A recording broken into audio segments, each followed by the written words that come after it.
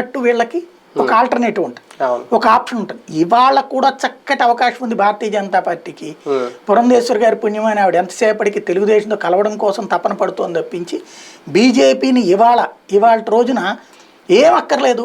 ఇంటర్నల్గా ఓ టీంని ఏర్పాటు చేసుకుని 10 మందితో ఈ కాంగ్రెస్లో వైసీపీలో ఎవరెవరైతే విభేదిస్తున్నారో ఇబ్బంది పడుతున్నారో వాళ్ళందరితో మాట్లాడుకోవచ్చుగా. సొంత పార్టీ తెలుగుదేశంలో రేపు టికెట్ రాని వాళ్ళందరితో మాట్లాడుకోవచ్చుగా, టచ్లో ఉండొచ్చుగా. అవును, సొంత పార్టీ యాక్టివిటీస్ అనేది తగ్గించేశారు, లేదంటే మర్చిపోయారు. అది చేసి ఉంటే కనుక మీరు అన్నట్టు వీళ్ళకి ఒక ఆప్షన్ ఉండేది. ఎందుకు జాతీయ స్థాయిలో మోడీనే వస్తాడు అన్నటువంటి నమ్మకం ఉంది. అట్లాంటప్పుడు అది ఈ ఆప్షన్ పెట్టుకుంటే నడిచి ఉండేది. కానీ ఆల్టర్నేటివ్ లేకపోవడం వల్ల వీళ్ళు వీర విధేయత ప్రదర్శిస్తున్నారు. మేబీ ఇప్పుడు అతని పేరేంటి, వసంత కృష్ణ ప్రసాద్, నేను అసలు పోటీనే చేయనని చెప్పేశాడట. పిలువగానే ఫోన్కి రానుకుండానే పోటీనే చేయనని చెప్పేశాడు. వాస్తవంగా అక్కడ మైలవరం బీసీ సీటు, బీసీలు వచ్చేది ఉండే సీటు, కానీ ఇద్దరు ఒక అమ్మకే ఇచ్చుకున్నారు. అతని పేరేంటి, దేవినేనోమా, ఇటు వసంత కృష్ణ ప్రసాద్. ఒకప్పుడు జ్యేష్ఠ రమేష్ లాంటి వాళ్ళు గెలిచినటువంటి సీటు. తర్వాత మళ్ళీ కమ్మ సామాజిక వర్గం అంటే ధనవంతులైనటువంటి కమ్మ సామాజిక వర్గం మైలవరంలో ఉన్నారు.